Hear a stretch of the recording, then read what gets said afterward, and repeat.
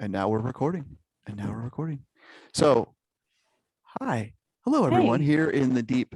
Oh, I'm saying hi to Paige too, and hi to all of you. So, I have a special guest with me, unannounced. I didn't even announce this. The venerable, the incomparable, the beautiful, the brilliant Paige Nicole Stuart. Oh, I just gave away your middle name. I hope that's okay. Wow. You make me sound really cool. You are cool. You're really cool. You're super cool. Hello, friends. Thanks for jumping in here. We are inside the deep dive, the deep dating project, the deep dating group. Oh my goodness. Yes, we've had some name change, but here we are. And we are going to talk about why she wants what she wants. There's Jenny. I see Jenny here. I can actually see comments. Hello, Jenny. Welcome. She goes, yay, both of you. Morning. I'm beginning to think that maybe it's the both of us all the time, Paige. Might be onto something. Might be onto something. Yeah, absolutely. So thank you for jumping in, friends. Those of you who are with us live, if you're not, if you're catching this later, make sure you comment in the comments, #replay. So today we're going to talk about, and I've invited my beautiful partner in life and love and business, Paige Stuart. Here she is. Let's wave at her. That's me. That's her. Oh, thank you. You're welcome. Welcome.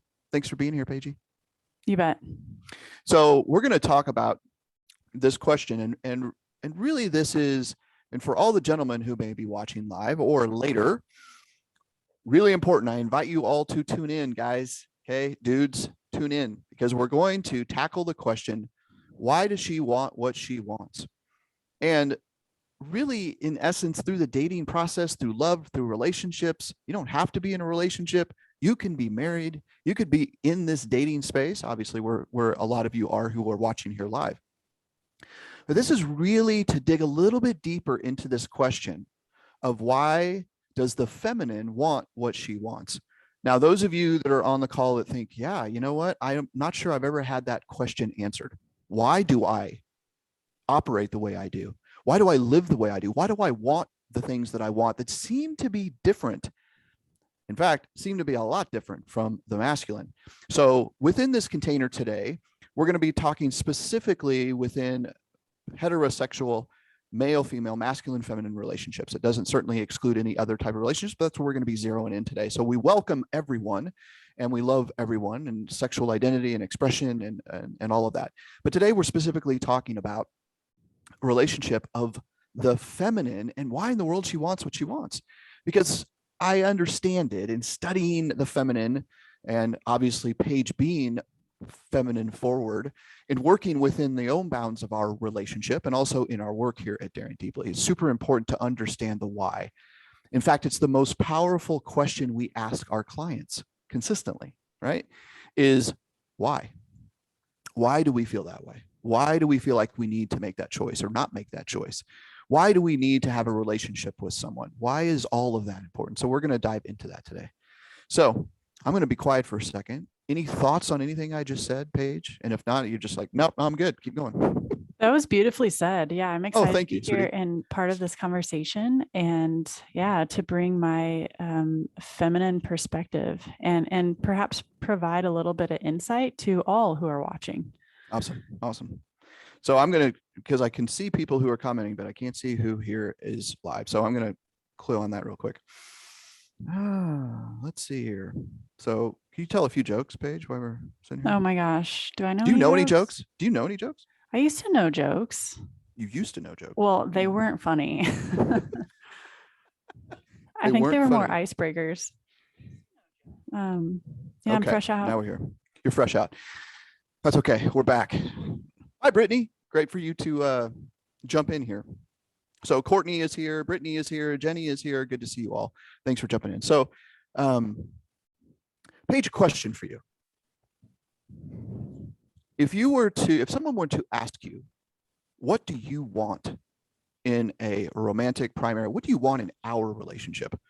What, if we really boil it down, what would it be? What were some of the words or phrases in which are super important to Paige as she leans forward in her femininity? Mm-hmm. The word that comes to mind, and the word that's been really blaring for many years, and it's the inverse of what I received kind of growing up, is leadership. Leadership is really, really, really, really important for me.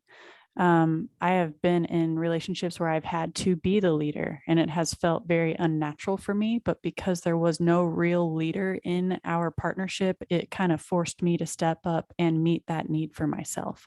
So, 100% hands down, leadership is really important to me. I love decisiveness too. I love spontaneity. That's also really important. I like logic, and I also like, emotional maturity too. Mm, So those are all secondary. yeah. So it sounds to me that your primary was leadership. Mm-hmm. So if you would be open to, what does leadership give you? What does it provide you? How does it make you feel in your feminine expression of emotion as we drop that Mm-hmm. in?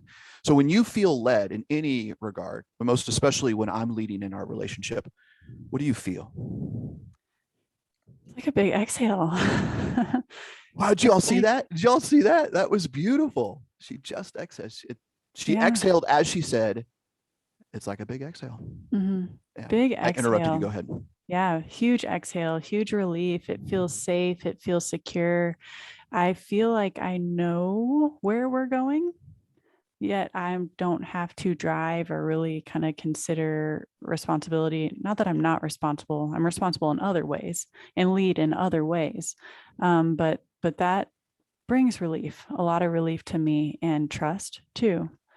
Trust in the direction in which we're headed and that we're doing it together. Yeah. Beautifully said. I think it's really important to lean into this idea that the feminine, the natural, healthy feminine energy desires leadership, not because she cannot lead. This is Right. super important. This is Yes. foundational in what we're talking about. And we've dove into this a lot lately here in the dating group and in general, is there are significant foundational expressions within the healthy masculine and the healthy feminine that does not necessitate the idea that, oh, well, then I'm not a leader, that I'm not decisive, that the feminine would say. It's not true at all. And what I'm hearing from you, Paige, is that the leadership provides you. This is why we're asking the question, why? And what I heard was, deep exhale.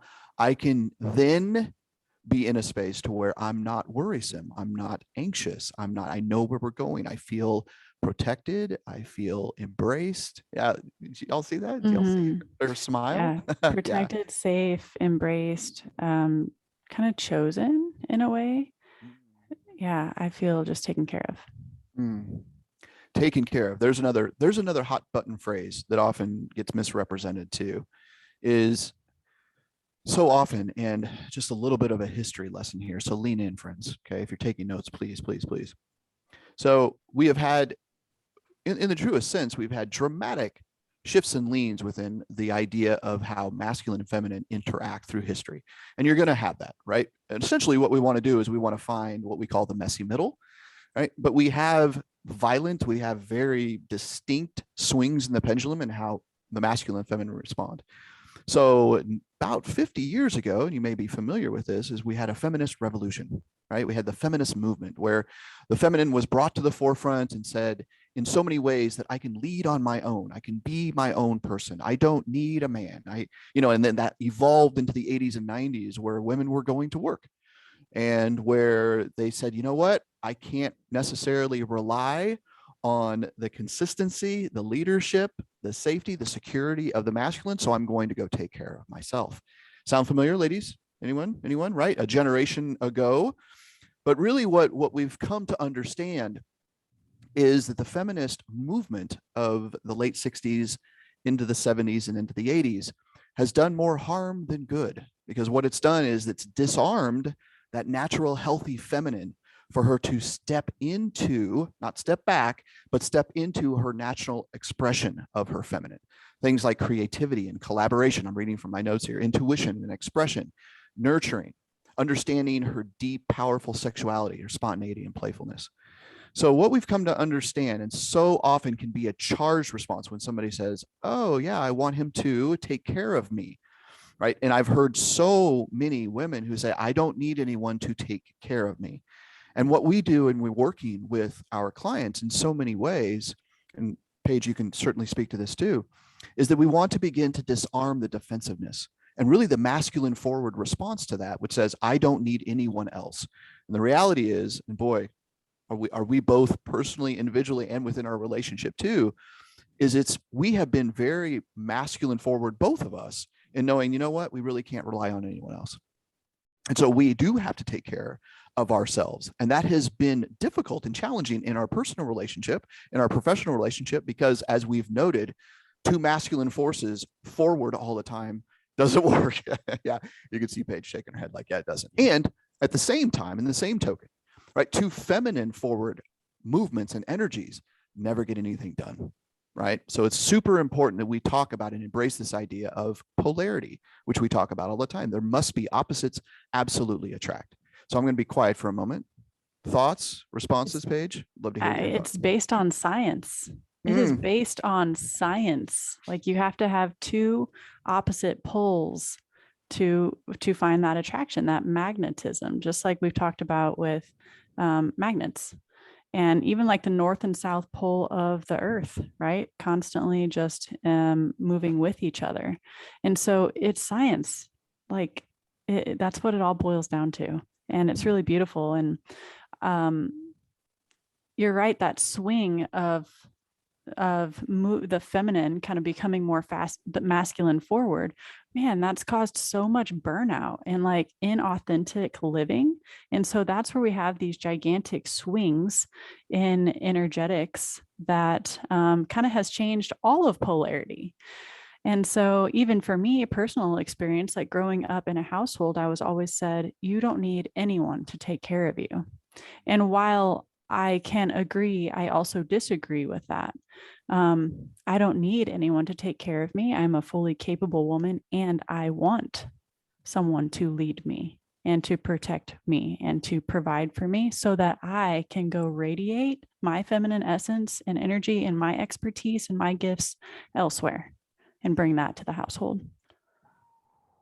I'm going to let that soak in for a minute. Did y'all hear that? It was beautiful. And I think my favorite part of that, Paige, was the word radiate. It's beautiful, right? When you are in that space, Paige, when you are able to do that, what happens? Oh my gosh, I feel like the sky's part. Look out, y'all, look out. We're having a weather movement here in Nashville. Yeah. It's beautiful. I feel so grounded. I feel so connected to me. I feel so connected to you, to us.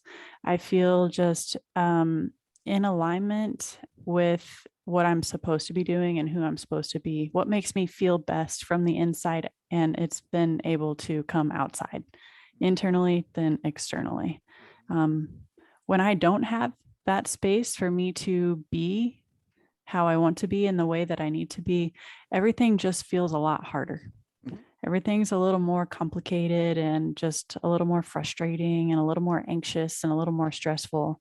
And so really grounding in to that, those feminine gifts that I was born with, to allow for a life of ease and peace and comfort. Beautiful. I want to highlight something you just said, which you says, it allows me to simply be, which is so in the essence and the radiation of the feminine, right? Whereas the masculine is about the borders. It's about the firm. It's about the container. It's about the decisiveness. It's about the logic, right? That provides that container for the free flow of the feminine to simply, as you say, to be. So ladies who are on the call right now live, and I've got a couple of comments that I want to read here. How does that feel? Please put in the comments. I would love to hear kind of a live response to that. So as Paige is describing how she feels when she's in her essence, her feminine essence, essentially answering the question, why does she want what she wants, right? Is that she can simply be. Now that could be really, really difficult to receive. It's like, to be, then how does anything ever get done? There's where we go back to the conversation of we must have that polarity in place, because the masculine, and again, I want to make sure that everyone here understands this. Masculine and feminine energy is not gender based. Okay. I have feminine energy. Paige has masculine energy. And those can shift and turn. The importance of having an elevated conscious relationship, the polarity must always be in place, right? So there may be moments when Paige is moving forward in her masculine and leading in some sort of aspect in our relationship, and I may be stepping in a space of reception. She may be giving, I may be receiving. What works best for our relationship is that my masculine forward is most present 70% of the time, 80% of the time, 90% of the time. That is my grounding. That's my center. And that Paige really wants to be and remain in the majority of her time and her space and her energy to be in her forward feminine. Thoughts on that? Yes, nailed it. There you go. Nailed it. Awesome. Okay. Ophira says, okay, stop. I love that. Okay. I know where we're going, but I don't have to drive. Yes. That's beautiful. Well That's said. beautiful. Absolutely. Yeah. Thanks for saying that, Ophira. Jenny says, yes, I feel the message I've received from feminism is actually to be more in my masculine. Yeah. Yeah, exactly. Yeah. Hi, Kara. Thanks for jumping in here. I see that you're here live. Ophira says again, and yet chasing is masculine, so that's bad. I'd love to know a little bit more. Ophira, you said, and yet chasing is masculine, so that's bad. In reference to the feminine chasing, I'm curious if you could provide a little bit more, or do you have some thoughts, Paige? The pursuit of someone, something, a cause, a mission, anything is very masculine in nature. That doesn't mean it's bad. Like if I am pursuing something, that does not mean, that's not a red flag that says, ooh, this is very masculine of me, I should not be doing this. Just, I mean, you're making an amazing point that says both energies exist in every single human being. And so just because you are the primary masculine force in our relationship does not mean that I don't have any, and that I don't need to develop any of my masculine energy. Just like you said, if I was 100% purely feminine energy, I would just be rolling around on the floor every single day like a little blob, and nothing would ever get done, ever. And so like it is important to develop a healthy polarity within ourselves of masculine, feminine energy, so that we can then show up and bring that to the table in a way that harmonizes with your individual polarity too. But like me having masculine structure for myself, masculine energy for myself 30% of the time or however much is so important for me. Otherwise, my femininity, my feminine energy is just like whirling about. And so, yeah, the pursuant, I interpret that question, the pursuit isn't all bad, even if it's coming from a feminine core energy person. Yeah. Thank you for that. I think, the what's important, and this just came to me intuitively. There's my feminine forward, right? Intuitively came to me that it's super important, just to give a little bit of snapshot in our communication. There are times when I'm asking Paige precisely what she wants as far as my leadership is concerned. Does she need me simply to receive what she's telling me about her day or about a call or about a client, whatever it may be? Or does she need me to take action? Does she need me to be decisive? Right. And as I learn more and more about that, I can be preemptive a little bit more, but it's always super important to find the clarity there. And that is the role of the masculine, to find that clarity, to find those bounds, to find those boundaries and that container to say, is this where we're going? Is this how you're feeling? How can I provide and how can I bring forth the support in which you need right now? So it is, we don't have it perfect, far from it, right? We are consistently working on this polarity, on this harmony. I want to read a couple of other things if you had something else to add there, Paige. While I was just going to follow up and say, I say this often and I mean it every single time, is there is something incredibly powerful about explicitly expressing what you want. And so sometimes it can be a challenge for us to put that into words. And that's where we can work together in our partnership in developing that communication. And you do a tremendous job saying, what do you want from me, or what do you need from me? And then that kind of stops me and allows me to think and process and ultimately zero in on how you can give me what I want and how you can support me in that moment. And you're right, it changes. That's feminine, and that's okay. Yeah. And let me really briefly speak specifically to the masculine too, and perhaps more of the male population here. It's absolutely natural, gentlemen, men, are you listening? It's absolutely natural for her to change her mind all the time without warning. Okay.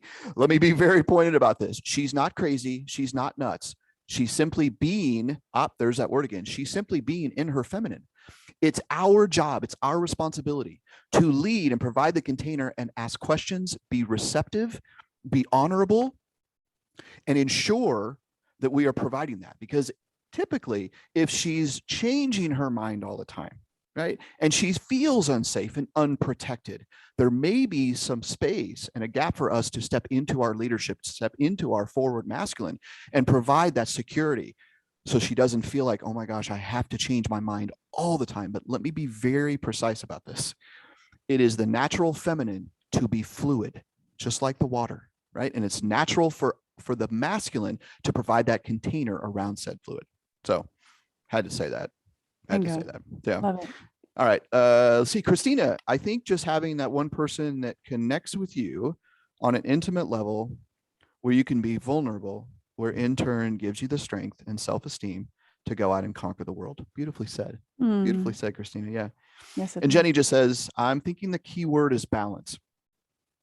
I think what's really important, and Jenny, let me speak to this real quick. And it's a bit of a rabbit hole trail here. There's a difference between balance and harmony, and we won't necessarily go into that. That's a really powerful conversation. We can provide some distinction there. But what we really want in our lives, in our individual lives and in our relationships, right, is harmony, is understanding. Essentially, it is the sister, right, or it's the cousin to what we're talking about, which is polarity, right? So balance oftentimes is we have about 1,000 plates that we're trying to spin, and we're trying to keep them all balanced. We're trying to be fair in life. And just like your grandmother told you, or your parents told you, or maybe your parents and you've told your children this, right? Life is not fair. Newsflash, friends, it's not. It's never going to be. Okay. Bad things happen to good people. Great things happen to bad people. Okay. It's simply the way that the universe works. It's really how we respond to that. Harmony is more about being safe and secure and protected, and know that in this season of life, this is what I'm going to place my focus on, which is really related to this idea of masculine and feminine energy polarity. Is you are making in the bounds of a relationship that this communication, as Paige was just illustrating, is so uber important, right? That we are communicating, hey, are we stepping into both of us? Are both of us stepping into this masculine forward? We're going to find some conflict. And Paige and I recognize this often. It's like, okay, this is why we're having this conflict. This is why we're fighting about something that's seemingly, this is not, as we know, a fight about putting the dishes away. It's not about putting the dishes away, right? There's so much more there. But typically, and not typically, almost exclusively, right? When we have conflict, it's two masculine energies coming forward, right? One is giving and the other is giving, and that's when we have a clash, right? So it's so important to understand and embrace that idea of harmony, polarity, to know, hey, we need to be ebb and flow, and it needs to be natural and needs to be organic. And that is a really, really, really tough place to be, and takes an enormous amount of work. And for us to communicate that, as you were saying, I'm gonna be quiet here. Go ahead. So good. Wow. So good. At the beginning of the relationship, that's exactly what was happened. That is exactly what happened. And we would even verbalize it by saying, yeah, we fight about, or who's giving who's giving to who at this moment. And so we were just trying to like outgive to each other. And that was me very, very forward in my masculine energy, because the masculine is the giver and the feminine is the receiver. Mhm. And with two, just like you said, two givers, two masculine energies, like that was much of our conflict, which sounds so silly. But it was real. It was real. And yeah, we experienced that inverse polarity firsthand. Absolutely. Yeah. And it's been really beautiful to kind of move on the spectrum of that polarity, kind of like me scale back the masculine and you move forward in that, and me back into the feminine. It's been so beautiful Now I understand more about the feminine energy and the role and its responsibilities, I guess, for lack of a better word, its characteristics. It is so much more natural. It is so much more natural for me to receive, for you to give. All you want to do is give, and all you want to do is make sure that I can receive it. And so having that awareness for both of us has completely changed our relationship in that area. Yeah, absolutely. It has. I love that you brought up that point. And I know, as we say, great conversations never come to completion. We just place a pause. And so we're going to do that here in just a few moments so we can continue. And by the way, thank you so much for everyone jumping on here live. And if you've got questions, we can continue the conversation. I do sense that in a couple of weeks, we're going to be out next week, and we've got a couple of things coming up in the next couple of weeks. But I'd love to jump back on here with Paige, and we'll talk about what he wants and why he wants. So stay tuned, gentlemen. If you're wanting to know that, ladies, if you're wanting to know why in the world he wants what he wants, stay tuned in the next couple of weeks and we'll let you know when we jump back on here and have that conversation. But I want to kind of put a bow on this because we're here at time. And I just lost my thought. So that's about right. This is what I was going to say.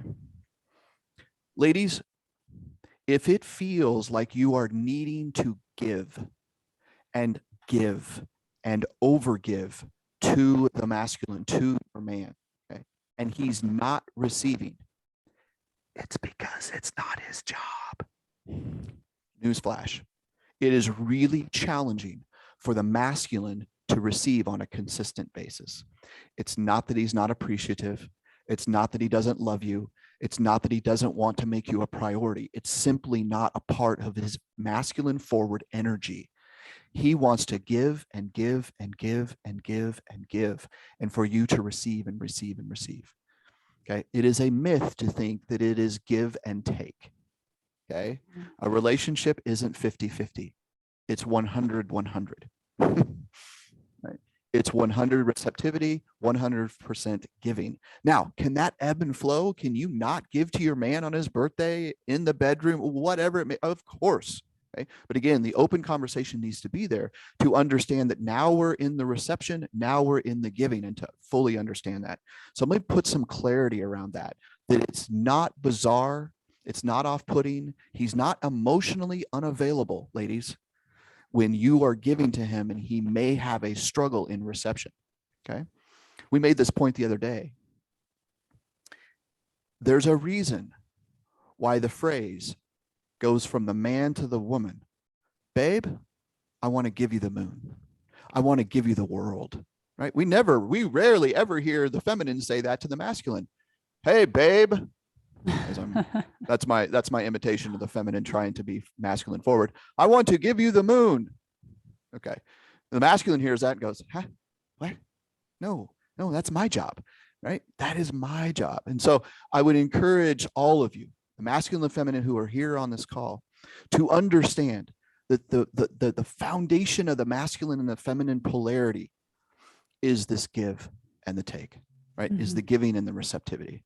I think we're going to end there. Thoughts on that? Give you kind of a. It was beautiful. And as you said, this conversation could go on for hours and hours and days and weeks and weeks. And the main point of this, not the main, but one major takeaway and reminder is that opposites do attract, and it boils down to science. Mm-hmm. I love that. Yeah, absolutely. This is science, folks. Plenty of data. plenty of data there to really ground us in this masculine and feminine polarity. So the question here, and I hope that we provided some impact, some information, some insight in why she wants what she wants. And again, this conversation could go on and on, but essentially is she needs the polarization of the relationship with the masculine. Why does she want what she wants? Why does she want to live in her creativity and collaboration and intuition and expression and all the foundations of the feminine forward? It's because that's why she and how she's designed.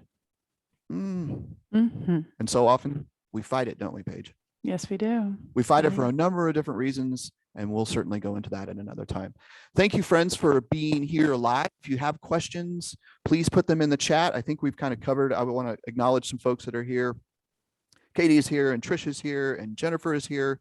So good to see you all. If you are watching this later, make sure you let us know, #replay, and we'll continue the conversation here in a couple of weeks. So, and I always like to say, if you're interested in knowing more about what we do and how we provide support and help for high achieving professionals or find themselves stuck in past pain and trauma and understanding relationships and polarity and all the things that we talk about, let us know. Send us a message, and we would love to share with you on how we specifically work with clients. In the meantime, I think that's it. I think we're good. Oh, I do have one announcement. You, my friend, my beauty, my love.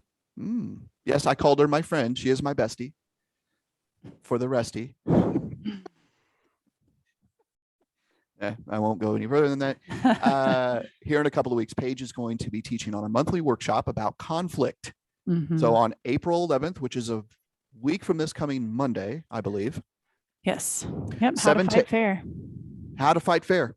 How to fight fair. So friends, if you are struggling with conflict, if you are conflict avoidant, if you're wondering how to fight fair, come and join us. Okay. We'll both be on the call, but Paige will be taking the lead in teaching on conflict, how to fight fair. April 11th. It's a Monday evening from 7 to 8:30 Central. You can sign up for that very, very soon on our website. It's going to be a powerful night. So that's an announcement. We'll be back live here on a Thursday in a couple of weeks to talk about what he wants. So make sure you stay tuned for that. Thank you, Paige. Thanks so for much the for being here, babe. Thanks for leading me on the call. Did you all hear that? Very, very good. All right, friends. Thank you so much for being here. We'll let you go and have a great rest of your day. Take care. Bye-bye. Bye.